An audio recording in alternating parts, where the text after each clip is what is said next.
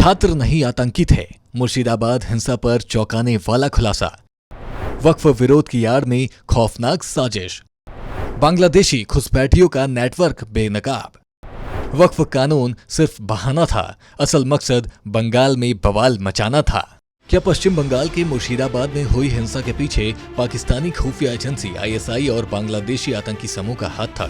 इसे लेकर राज्य और केंद्र जांच एजेंसियों को घटना के संबंध में ऐसी जानकारी मिल रही है। उनका कहना है कि इस अशांति के पीछे खास प्लानिंग थी। वक्फ कानून के खिलाफ विरोध प्रदर्शनों को भड़काकर और छात्रों के वेश में सीमा पार से युवाओं की घुसपैठ कराकर इस घटना को अंजाम दिया गया है। सूत्रों के मुताबिक इन कट्टरपंथी बाहरी तत्वों की पहचान पहले ही हो चुकी है। बंगाल की खुफिया एजेंसी के मुताबिक बांग्लादेश में हसीना सरकार के गिरने के बाद ढाका में लूट, हत्या और पुलिस पर हमलों का पैटर्न शमशेरगंज, सूती, रघुनाथगंज, धुलिया में देखा गया है। कई क्षेत्रों से शिकायतें मिली हैं कि बंगाल में ISI एजेंटों की आवाजाही बढ़ गई है।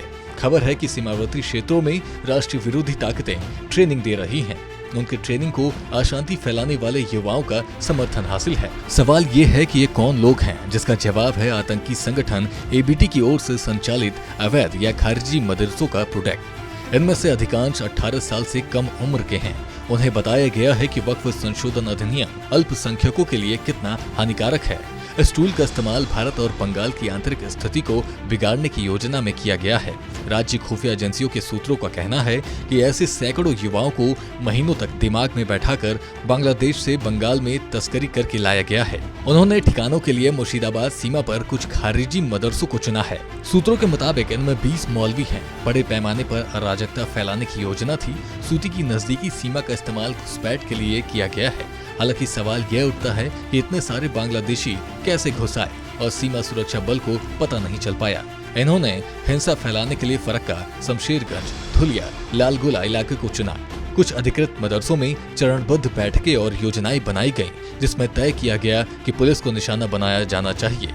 सुरक्षा बलों पर हमला करने से इलाके पर कब्जा करना आसान हो जाएगा।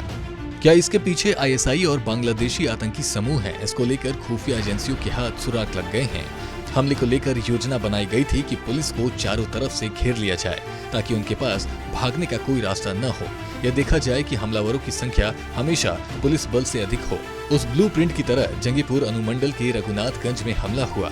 पुलिस ने इसके पीछे के लोगों की पहचान शुरू कर दी है। हिंसा के दौरान मौजूद स्थानीय पुलिस के अनुसार इन लोगों को इलाके में कोई नहीं जानता। स्थानीय जनप्रतिनिधियों ने सड़क पर उतरकर इस उत्पात को रोकने की कोशिश की, लेकिन वे नाकाम रहे क्योंकि हिंसा फैलाने वालों को इस इलाके में पहले कभी नहीं देखा गया। वे ही आम लोगों के विरोध प्रदर्शन में सबसे पहले शामिल हुए और उत्पात मचाना शुरू कर दिया। BSF डेलीगेट डिपार्टमेंट ने BSF को एक रिपोर्ट सौंपी है, जिसमें कहा गया है कि पश्चिम बंगाल के मुर्शिदाबाद में हाल ही में हुई अशांति वक्फ अधिनियम 2025 के खिलाफ विरोध प्रदर्शनों से शुरू हुई यह हिंसा बांग्लादेश स्थित जमात इस्लामी से प्रभावित थी।